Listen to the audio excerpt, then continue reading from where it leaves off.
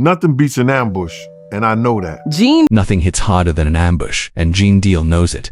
Staring straight into the lens, his right eye swollen shut, he says it's the aftermath of a sudden attack in Harlem. The ex-bodyguard turned outspoken whistleblower claims the men who jumped him yelled, "Bad boy forever," before bolting. He doesn't mince words. If they're coming for me now, imagine what they're desperate to keep hidden. Why is this important? Deal says he was on Diddy's personal security detail during the exact years the mogul is now accused by former associates in sealed testimony of bankrolling the chain of events that ended with Tupac's murder, funneling money through street-connected intermediaries, and keeping quiet classified lines open to federal agents. All of it, Deal says, happened while Diddy was busy building one of the most profitable empires in entertainment history. Just minutes after the alleged ambush, Suge Knight reportedly phoned from prison to back up Deal's version and to add a chilling twist. The real target ain't Gene. It's the truth about Vegas in '96. I've got proof things that would back my claim, but this is not something the world's ready to hear. Stick around. We're unpacking the Harlem assault, the informant files, and why October 3rd could be the day that decides if Diddy walks away free or drags a chunk of the industry down with him. Let's roll it back. September 7th, 1996. Just after 11:15 p.m., a white Cadillac pulls up beside Suge Knight's black BMW near Flamingo Road in Covell Lane in Las Vegas. Gunfire erupts from the Cadillac. Tupac takes multiple bullets. Suge is grazed. The Cadillac speeds off, never to be found. 6 days and several surgeries later, Tupac is gone, 25 years old, leaving behind hip-hop's greatest unsolved mystery. Police called it gang retaliation, but no one was ever charged with financing or greenlighting the hit. Witnesses vanished. Leads went ice-cold. Then there's Dwayne Keith Davis allegedly in that Cadillac resurfacing in 2008 during another federal probe. The man now charged with Tupac's murder speaks from behind bars for the first time, insisting he was 300 miles away. Under a proffer deal, Davis gave 4 taped Queen for a Day interviews.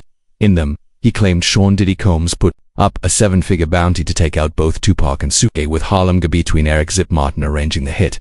Davis swears the deal promised him immunity. Prosecutors say otherwise, arguing it only covered weapons charges. His murder trial is now set for February 9, 2026, 30 years after that night in Vegas. Here's the legal fine print. A proffer deal isn't immunity. It only means your own self-incriminating statements can't be used directly against you. Fast forward to 2024. Federal raids on Combs's Miami and LA properties turn up documents that reignite the fire. Newly unsealed info suggests Combs had ongoing confidential contact with federal agents going back to the late 90s, right when the Tupac probe went cold. Critics say that long-standing connection might explain why no charges stuck, even after Davis's taped confession saw daylight. Now the stakes are brutal. Tupac is gone at 25. Davis is betting on a deal to walk free, and Diddy never charged. In the murder is facing an October 2025 sentencing on separate federal charges. Prosecutors link back to that same era. If Nevada's Supreme Court upholds Davis's immunity claim, the Vegas case could implode. If not, he'll go to trial and subpoena Diddy, forcing him to testify under oath about the alleged bounty for the first time ever. That moment could change not just Davis's fate, but Diddy's too. Bottom line, 3 decades later, it all hangs on to things. A 2008 proffer agreement, and a trail of federal cooperation records. Whichever carries more weight could decide whether the truth about Pac finally surfaces or stays buried in Nevada dust. And here's the question that won't go away. If one of hip-hop's most powerful figures was talking to federal agents since the 90s, was justice for Tupac ever really on the table? It wasn't until March 2024, when feds seized Combs's digital devices, that the case escalated. Prosecutors believe those devices hold the kind of evidence that flips a story from rumor to legal reality, now as Combs awaits his October 2025 sentencing.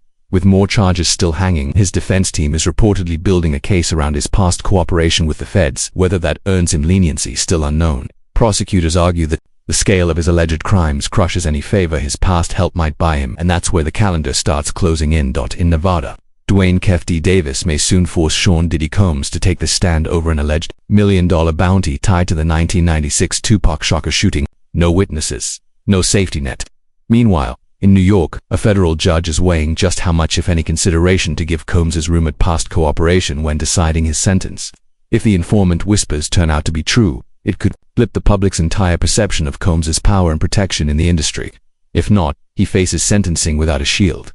Either way, the material seized on March 25th has become some of the most closely guarded and talked about files in entertainment law right now. And let's be clear, there's no hard evidence of a signed bounty contract, no paperwork saying here's the deal. Much of this is built on perception, whispers, and the testimonies of men who were there or claim they were. At 60 years, Old Marion Suge Knight is serving a 28-year sentence for voluntary manslaughter at California's R.J. Donovan Correctional Facility, but his voice carries further than ever.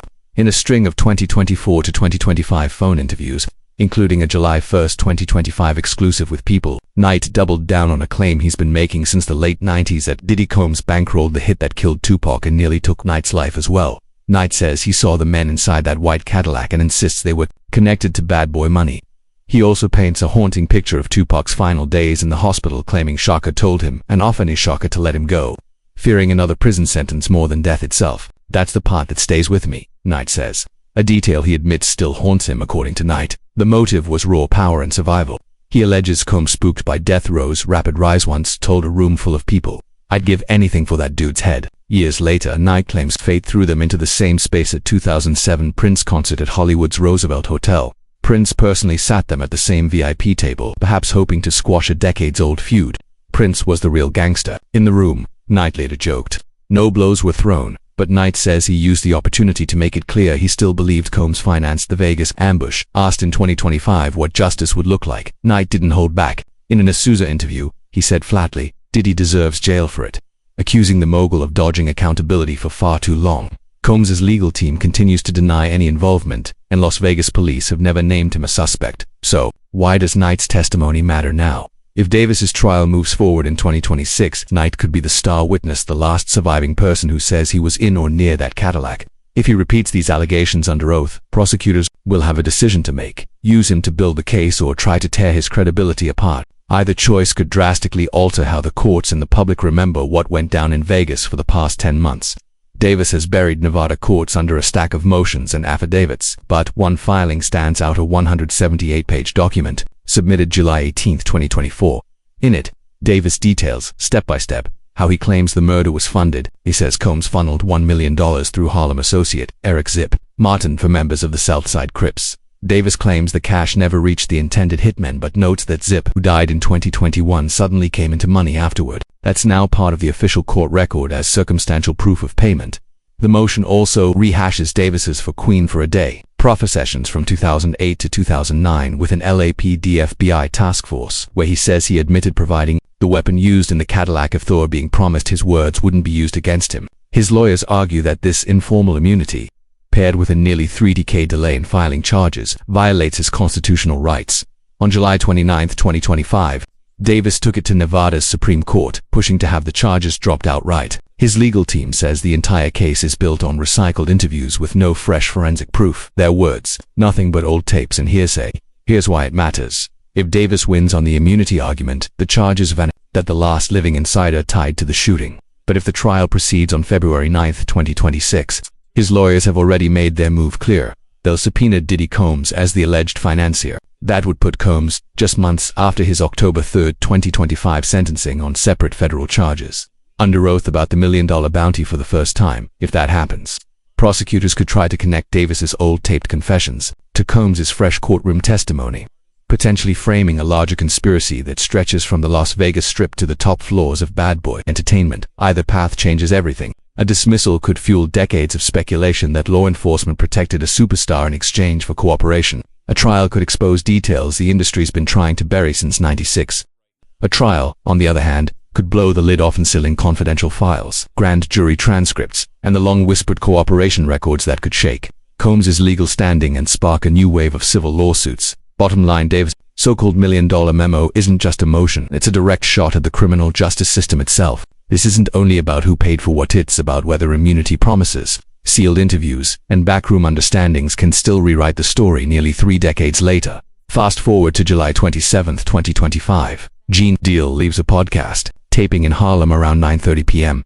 Heading toward his gray Escalade. Out of nowhere, 2 men in dark hoodies approach, yell "Bad Boy Forever," and smash him near his right eye before sprinting down 123rd Street. A bystander's shaky 30-second cell phone clip later hits YouTube, appearing to back up Deal's version. 12 hours later, Deal goes live on Instagram to over 40,000 viewers.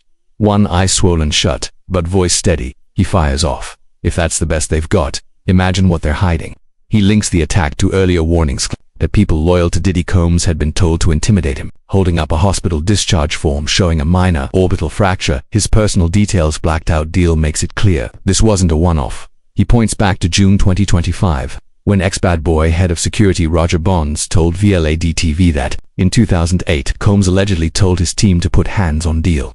Bonds remembers Combs slamming a fist on the table, saying, "Somebody better punch that man in the face." By then, Deal had been publicly accusing Combs around Harlem of mistreatment and exploitation. Those tensions spilled into the courtroom. On day 10 of Combs's federal trial in Brooklyn, Deal was filmed leaving the gallery when someone muttered, "Snitch." U.S. Marshals quickly hustled him out a side exit after a brief exchange. Later, in an Art of Dialogue interview, Deal said he now switches drivers, changes travel routes, and legally carries a firearm. "The police can't sit outside my house 24/7, he added. And Deal's not the only one under pressure. On December 23, 2024, Dwayne "Keffe D" slated as a star witness in the upcoming Tupac-related trial got into a fight at the Clark County Detention Center. Prosecutors say he and another inmate traded blows until officers broke it up with pepper spray. Davis was charged with battery by prisoner. His lawyers call it retaliation for his public statements pointing at Combs. Legal analysts warn that patterns like these street confrontations, online threats, and jailhouse fights can sway judges. If they believe a defendant encouraged intimidation, sentencing can get harsher. Nevada prosecutors have already flagged the jail brawl as a warning sign that key testimony could be compromised. The bigger picture: two high-profile legal wars, one in Las Vegas, the other in New York, where nearly every main witness is now under scrutiny, and some under real-world threat.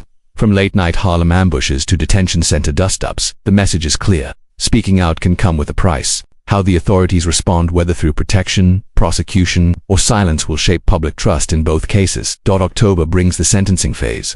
Under U.S. sentencing guidelines, prosecutors start with statutes tied to exploitation as the base offense level.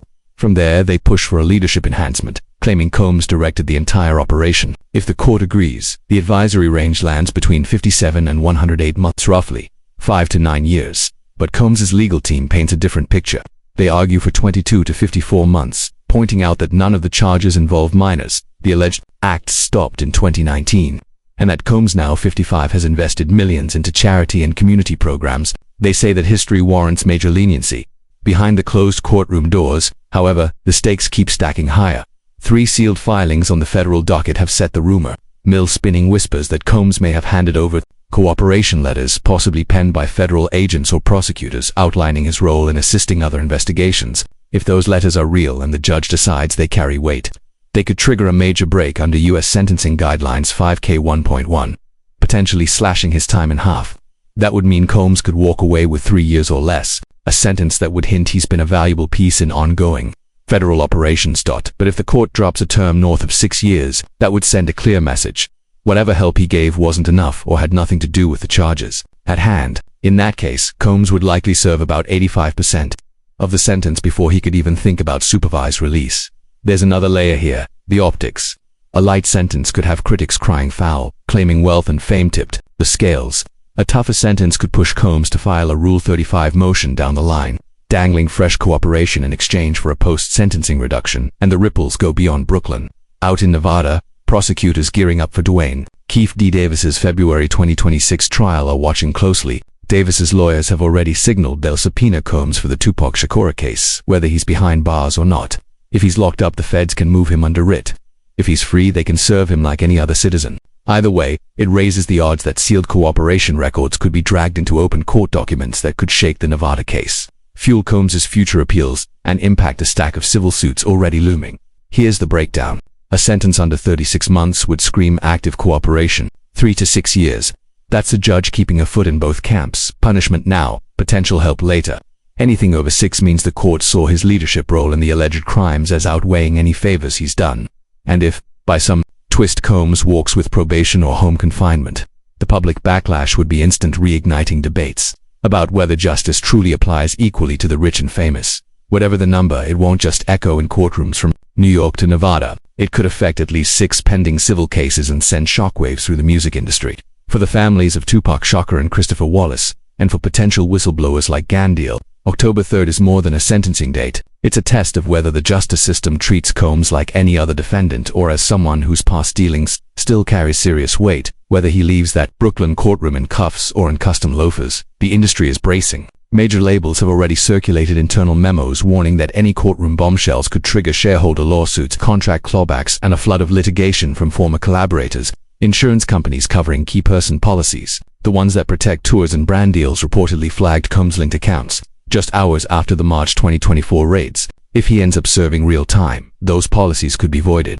forcing promoters to cancel shows or scramble for backup coverage behind the scenes.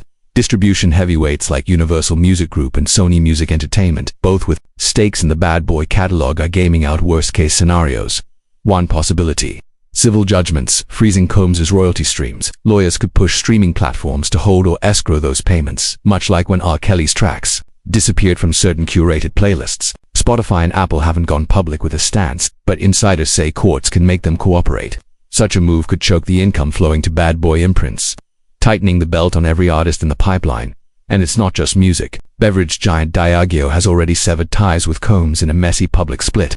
Analysts warn that a prison term could further tarnish the appeal of brands like CROC and De Leon, making them harder to move and complicating any plans to offload his minority stakes. Revolt TV, which has leaned heavily on its black ownership branding, still lists Combs as holding 49% voting power according to a 2024 investor document. Sources now claim a felony conviction could trigger a forced sale clause, handing the reins to outside investors for pennies on the dollar.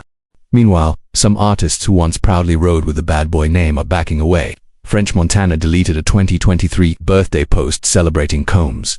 Machine Gun Kelly quietly unfollowed official Bad Boy accounts, and longtime critic Maze is teasing a tell-all documentary promising revelations of hush money, buried abuse claims, and off-the-books promo practices. Industry lawyers are already on edge. If Combs takes the stand in Keffe D's trial, he could drop names, high-level execs tied to unregulated deals, putting radio programmers and playlist curators in the firing line for a whole new wave of investigations. Even without fresh criminal charges, his reputation is bleeding fast. At least 3 senior A&R executives have abruptly taken personal leave in recent weeks after journalists dug up their past ties to Combs' club and concert empire. Inside sources at Revolt and other affiliated companies say anonymous HR hotline tips have spiked from unpaid festival crews to decade-old harassment claims. Labor attorneys warn this is the exact pattern that often signals a coming class action lawsuits, the kind that doesn't just cost money, but burns reputations in public view. And for hip-hop historians and legal scholars, a bigger question looms. Could a full reckoning with Combs reopen other cold cases, from the 1997 murder of Christopher Biggie Wallace to the alleged early 2000s urban radio pay-for-play cartel?